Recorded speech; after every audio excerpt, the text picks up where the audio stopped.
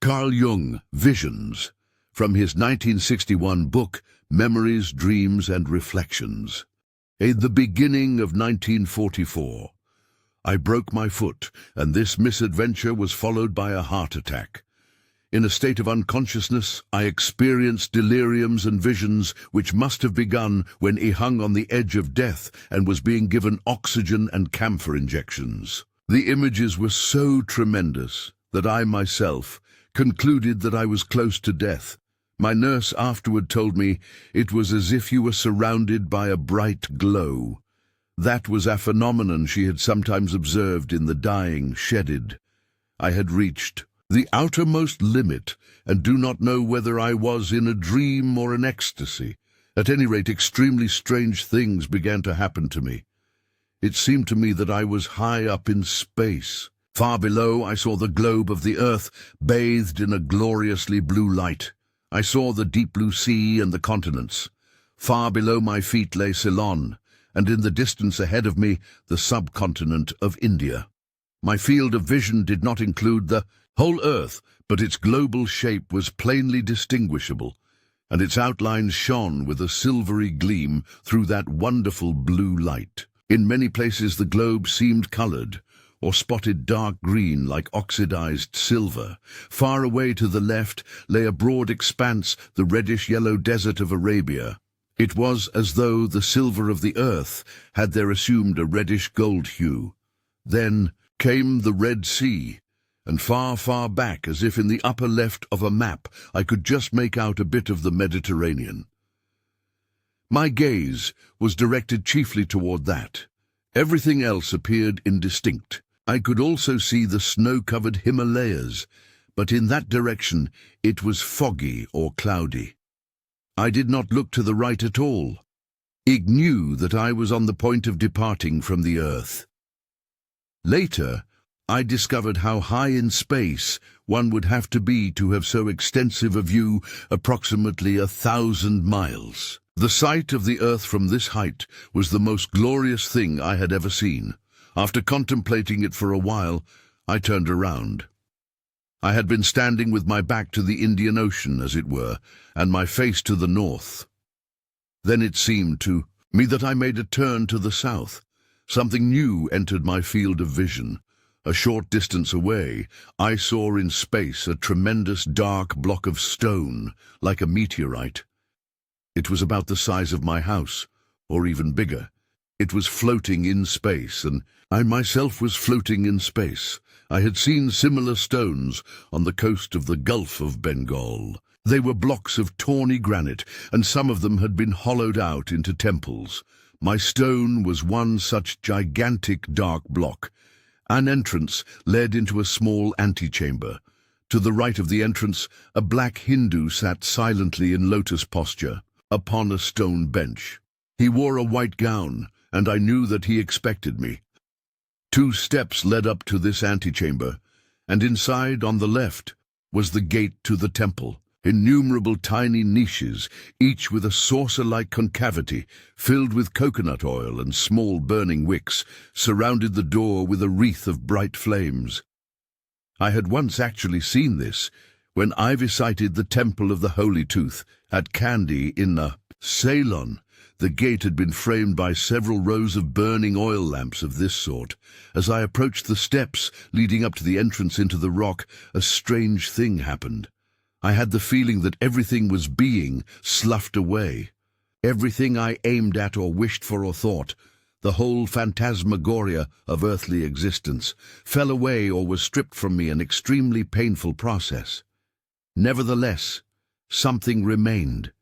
It was as if I now carried along with me everything I had ever experienced or done, everything that had happened around me. I might also say it was with me, and I was it. I consisted of all that, so to speak. I consisted of my own history, and I felt with great certainty, this is what I am. I am this bundle of what has been and what has been accomplished. This experience gave me a feeling of extreme poverty, but at the same time of great fullness. There was no longer anything I wanted or desired. I existed in an objective form. I was what I had been and lived. At first the sense of annihilation predominated, of having been stripped or pillaged. But suddenly that became of no consequence. Everything seemed to be past. What remained was a fait accompli, without any reference back to what had been. There was no longer any regret that something had dropped away or been taken away. On the contrary, I had everything that I was, and that was everything. Something else engaged my attention. As I approached the temple, I had the certainty that I was about to enter an illuminated room, and would meet there all those people to whom I belong in reality. There I would at last understand this too, was a certainty what historical nexus I or my life fitted into. I would know what had been before me, why I had come into being, and where my life was flowing. My life as I lived it had often seemed to me like a story that has no beginning and no end. I had the feeling that I was a historical fragment, an excerpt for which the preceding and succeeding text was missing. My life seemed to have been snipped out of a long chain of events, and many questions had remained unanswered. Why had it taken this course? Why had I brought these particular assumptions with me? What had I made of them? What will follow? I felt sure that I would receive an answer to all these questions as soon as I entered the rock temple.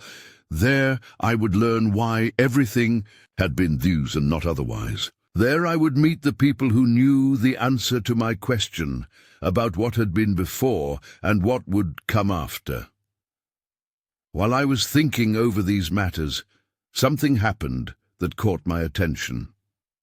From below, from the direction of Europe, an image floated up. It was my doctor, Dr. H, or rather, his likeness framed by a golden chain or a golden laurel wreath. I knew at once. This is my doctor, of course, the one who has been treating me. But now he is coming in his primal form as a Basileus of Kos. In life, he was an avatar of this Basileus, the temporal embodiment of the primal form, which has existed from the beginning. Now he is appearing in that primal form. Presumably I, too, was in my primal form, though this was something I did not observe, but simply took for granted. As he stood before me, a mute exchange of thought took place between us. Dr. H had been delegated by the earth to deliver a message to me, to tell me that there was a protest against my going away. I had no right to leave the earth and must return. The moment I heard that, the vision ceased. I was profoundly disappointed, for now it all seemed to have been for nothing.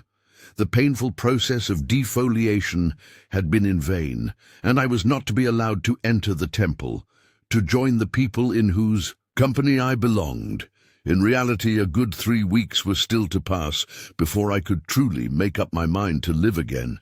I could not eat because all food repelled me. The view of city and mountains from my sickbed seemed to me like a painted curtain with black holes in it, or a tattered sheet of newspaper full of photographs that meant nothing. Disappointed, I thought. Now I must return to the box system again. For it seemed to me as if behind the horizon of the cosmos, a three-dimensional world had been artificially built up, in which each person sat by himself in a little box.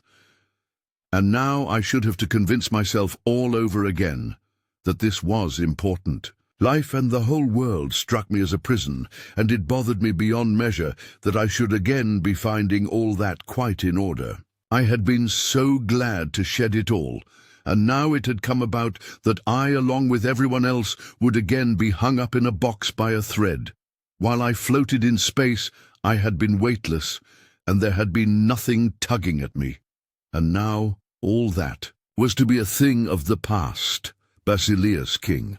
Kos was famous in antiquity as the site of the temple of Asclepios, and was the birthplace of Hippocrates. I felt violent resistance to my doctor because he had brought me back to life. At the same time, I was worried about him.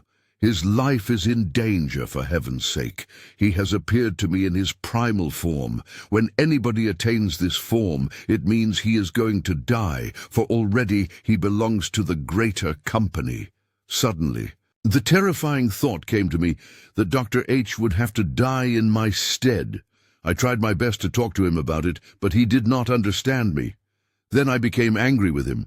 Why does Heelways pretend he doesn't know he is a Basileus of Kos, and that he has already assumed his primal form? He wants to make me believe that he doesn't know. That irritated me. My wife reproved me for being so unfriendly to him. She was right. But at the time, he was angry with him for stubbornly refusing to speak of all that had passed between us in my vision. Damn it all, he ought to watch his step. He has no right to be so reckless. I want to tell him to take care of himself. I was firmly convinced that his life was in jeopardy. In actual fact, I was his last patient. On April 4th, 1944, I still remember the exact date I was allowed to sit up on the edge of my bed for the first time since the beginning of my illness, and on this same day Dr. H took to his bed and did not leave it again. I heard that he was having intermittent attacks of fever. Soon afterward, he died of septicemia. He was a good doctor. There was something of the genius about him. Otherwise, he would not have appeared to me Asa, Prince of Kos. During those weeks, I lived in a strange rhythm. By day, I was usually depressed. I felt weak and wretched and scarcely dared to stir. Gloomily, I thought, now I must go back to this drab world. Toward evening, I would fall asleep, and my sleep would last until about midnight. Then I would come to myself and lie awake for about an hour, but in an utterly transformed state.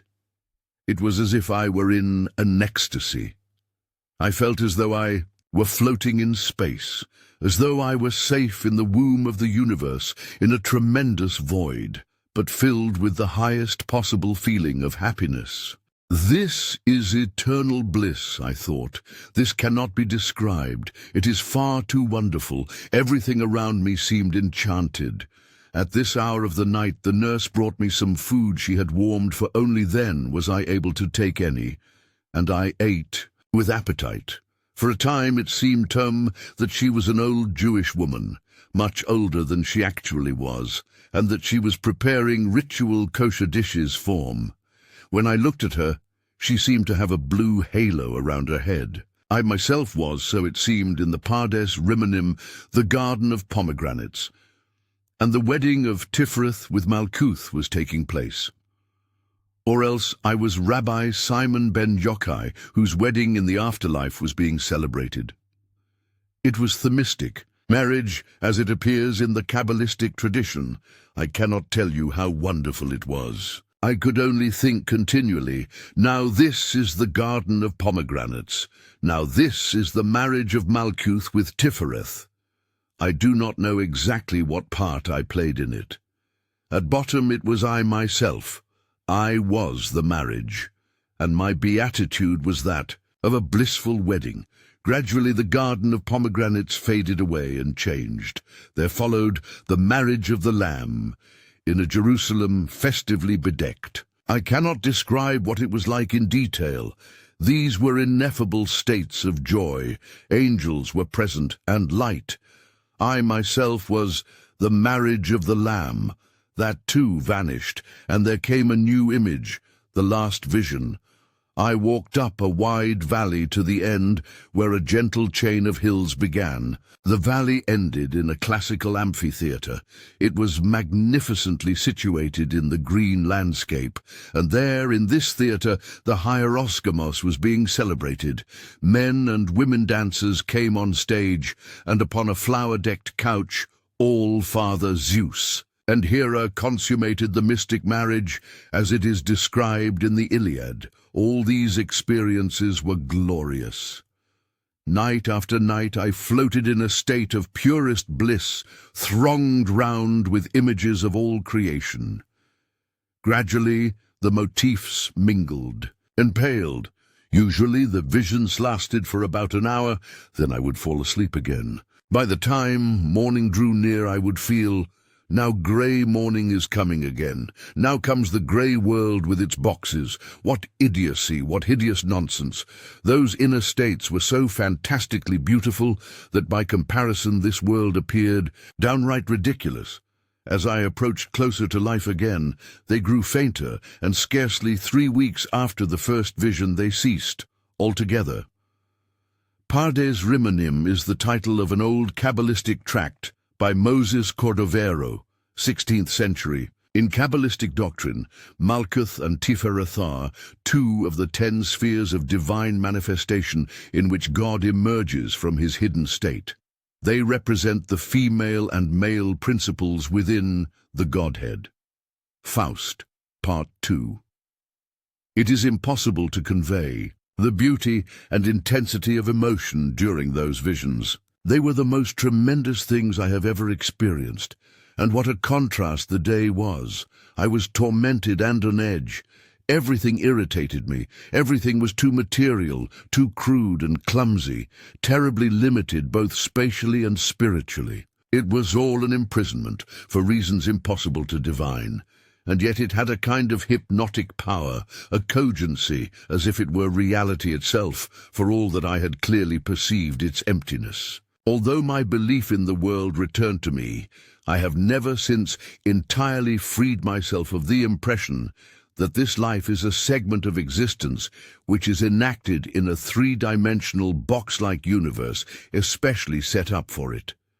There is something else I quite distinctly remember.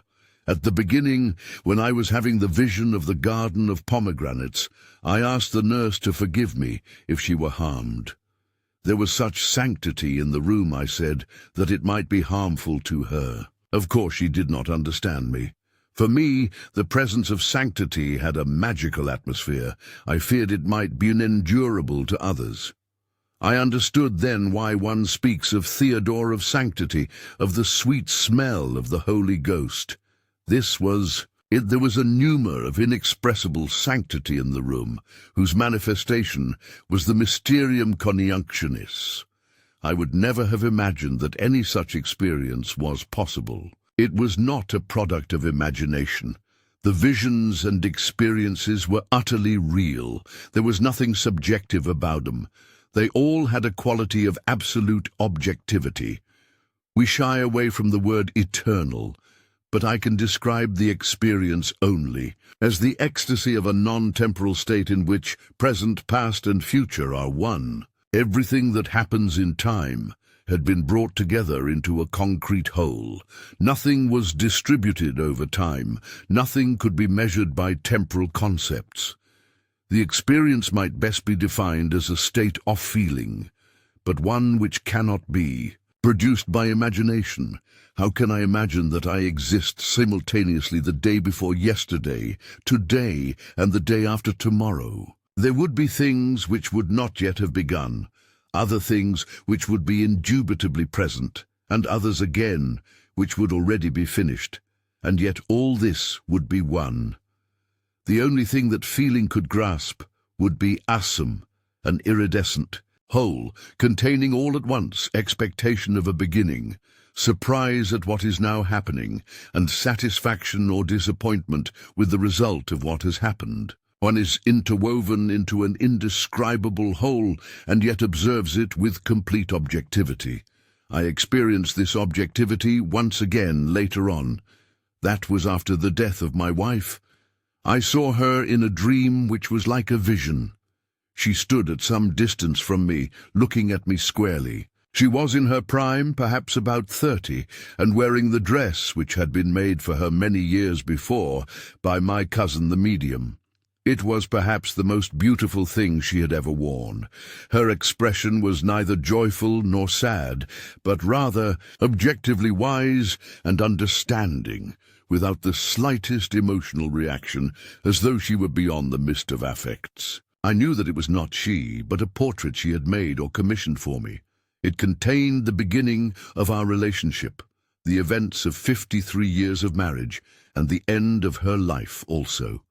Face to face with such wholeness one remains. speechless, for it can scarcely be comprehended. The objectivity which I experienced in this dream and in the visions is part of a completed individuation. It signifies detachment from valuations and from what we call emotional ties.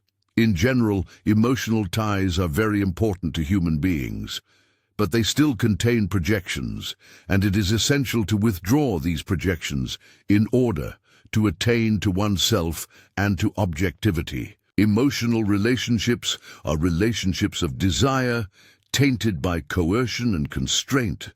Something is expected from the other person, and that makes him and ourselves unfree. Objective cognition lies hidden behind the attraction of the emotional relationship. It seems to be the central secret. Only through objective cognition is the real conjunctio possible.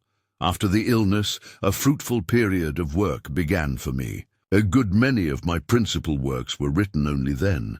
The insight I had had, or the vision of the end of all things, gave me the courage to undertake new formulations. I no longer attempted to put across my own opinion, but surrendered myself to the current of my thoughts. Thus one problem after the other revealed itself to me and took shape. Something else, too, came to me from my illness. I might formulate it as an affirmation of things as they are, an unconditional yes to that which is, without subjective protests, acceptance of the conditions of existence as I see them and understand them, acceptance of my own nature as I happen to be. At the beginning of the illness, I had the feeling that there was something wrong with my attitude, and that I was to some extent responsible for Thimishap. But when one follows the path of individuation, when one lives one's own life, one must take mistakes into the bargain. Life would not be complete without them. There is no guarantee, not for a single moment, that we will not fall into error or stumble, into deadly peril. We may think there is a sure road, but that would be the road of death. Then nothing happens any longer, at any rate, not the right things. Anyone who takes the sure road is as good as dead. It was only after the illness that I understood how important it is to firm one's own destiny. In this way, we forge an ego that does not break down when incomprehensible things happen. An ego that endures the truth, and that is capable of coping with the world and with fate. Then, to experience defeat is also to experience victory. Nothing is disturbed, neither inwardly nor outwardly, for one's own continuity has withstood the current of life and of time. But that can come to pass only when one does not meddle inquisitively with the workings of fate. I have also realized that one must accept the thoughts that go on within oneself of their own accord as part of one's reality. The categories of true and false are, of course, always present, but because they are not binding, they take second place. The presence of thoughts is more important than our subjective judgment of them. But neither must these judgments be suppressed, for they also are existent thoughts which are part of our wholeness. This was a chapter from Carl Jung's book, Memories, Dreams and Reflections. Enjoy wonderful treasures of audiobooks on our channel.